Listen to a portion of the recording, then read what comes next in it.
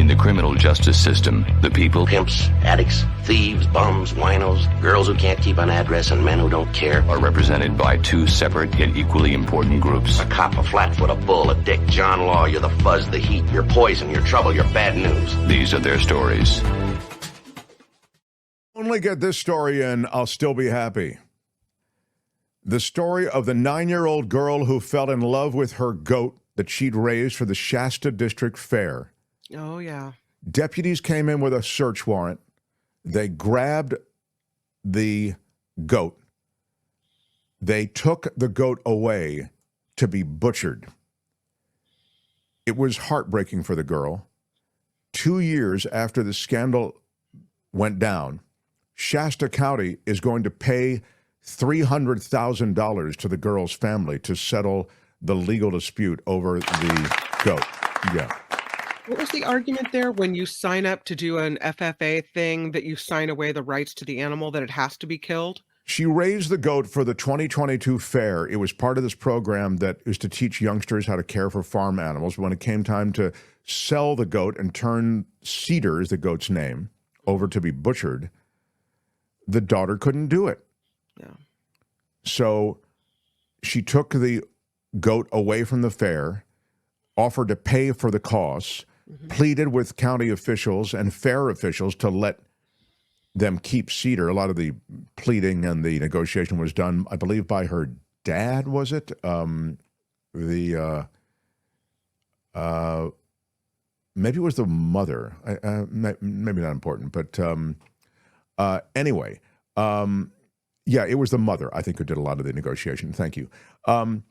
Anyway, this is never should have gotten to this point. But instead of letting the girl keep Cedar, the Shasta County Sheriff's Office deployed deputies. They had a search warrant with them. They tried to hide the goat, actually. And then the deputies drove hundreds of miles across Northern California to find and take the goat from Billy's mini farm, where the mom had taken him until the dispute was resolved. It's not clear who contacted and instructed the sheriff's office, to get involved and where to go. The case caused an uproar, federal lawsuit, and the girl and her mom said that the deputies wrongfully took out a search warrant and seized Cedar, again, that's the goat's name, and turned the animal over to fair officials. Attorneys also accused county and fair officials of using law enforcement to intervene in what they said was a legal civil dispute over who owned the goat. That's, I think, really what motivated this settlement. Like, you guys are sticking your nose somewhere that you shouldn't. And so Friday, after we got off the air, the Shasta County folks agreed to pay $300,000 to the family to settle the lawsuit out of court. But I'm saddened. I'm an animal guy, so I would never, if I could stop all the slaughter of any of these animals, stop the torture that precedes the slaughter, I would. But look at the way she bonded with that sweet creature, Cedar, and $300,000 doesn't bring that creature back. Mars says, hey, she signed the paper she shouldn't have signed. Tough lesson at a young age. Read the contract. My God. Good day, sir. Wow, Read the that is contract. brutal, Mars. Isn't That it? is brutal. Heartless Mars. How about Heartless Mars, everybody? Look, she signed the paper. She shouldn't have signed it. Tough lesson. She learned it at a young age. Read the contract. Wow. Very tough. It's all there, black and white, clear as crystal. Man, Mars is tough. Can you imagine being Mars's? I don't know. I love it when you're angry. She's too young to sign a legally binding contract. Thank you, Dillette. Mars, you, even in your cold, dark heart, you don't see that let this one go? You don't? Really? I mean, I'm just amazed that You just don't get Maybe it. I do you? don't. Okay. You don't. I don't. Okay. Anyway, after 2 years of reviewing texts, emails, phone records, and depositions, county officials and fair officials have yet to make clear who butchered Cedar, what happened to his meat, and who got sheriff deputies involved in this dispute. Some of those things we would have known had it gone to trial, but now with the settlement, we'll never know. I think it's a sad story.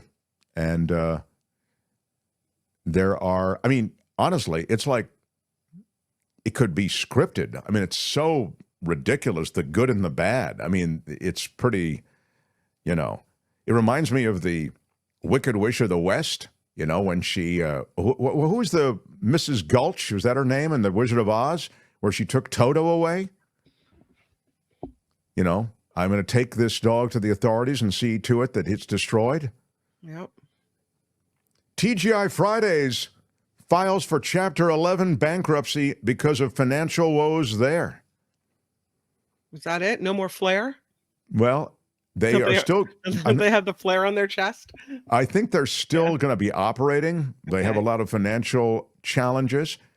But in a filing with the U.S. Bankruptcy Court for Northern District of Texas, the company listed assets and liabilities in the range of $100 million to $500 million.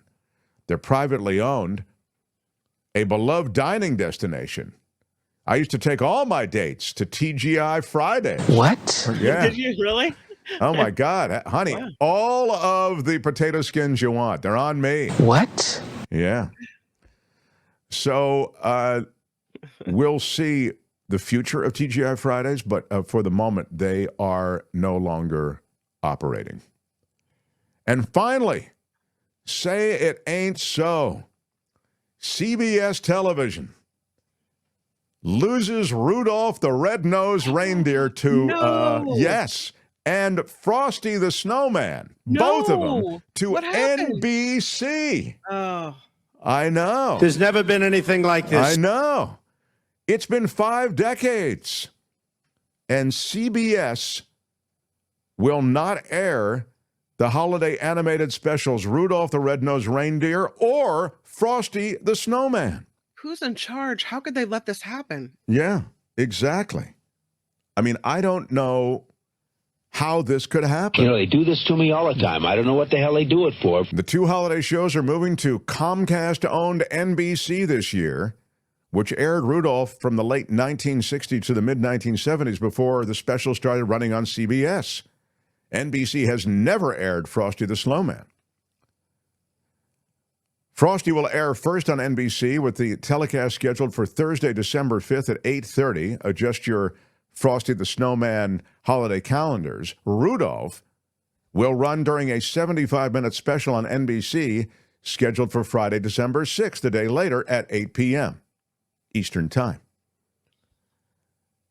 The unclear part is whether or not they'll be streamed, but they will definitely be there on NBC, no longer at CBS. Hey, they should have known. It was a contract. They should have read it and understood. Hey, it's a good lesson they learned. Good day, sir. That is Law and Disorder. Tune in again next time for more Law and Disorder on The Mark Thompson Show. All right, that's it. Let's roll. Hey, let's be careful out there. Hi, it's Mark, and I thought that was great. Hit the notification bell. You'll know whenever there's a new video being dropped, and please subscribe to our channel to help us save the universe.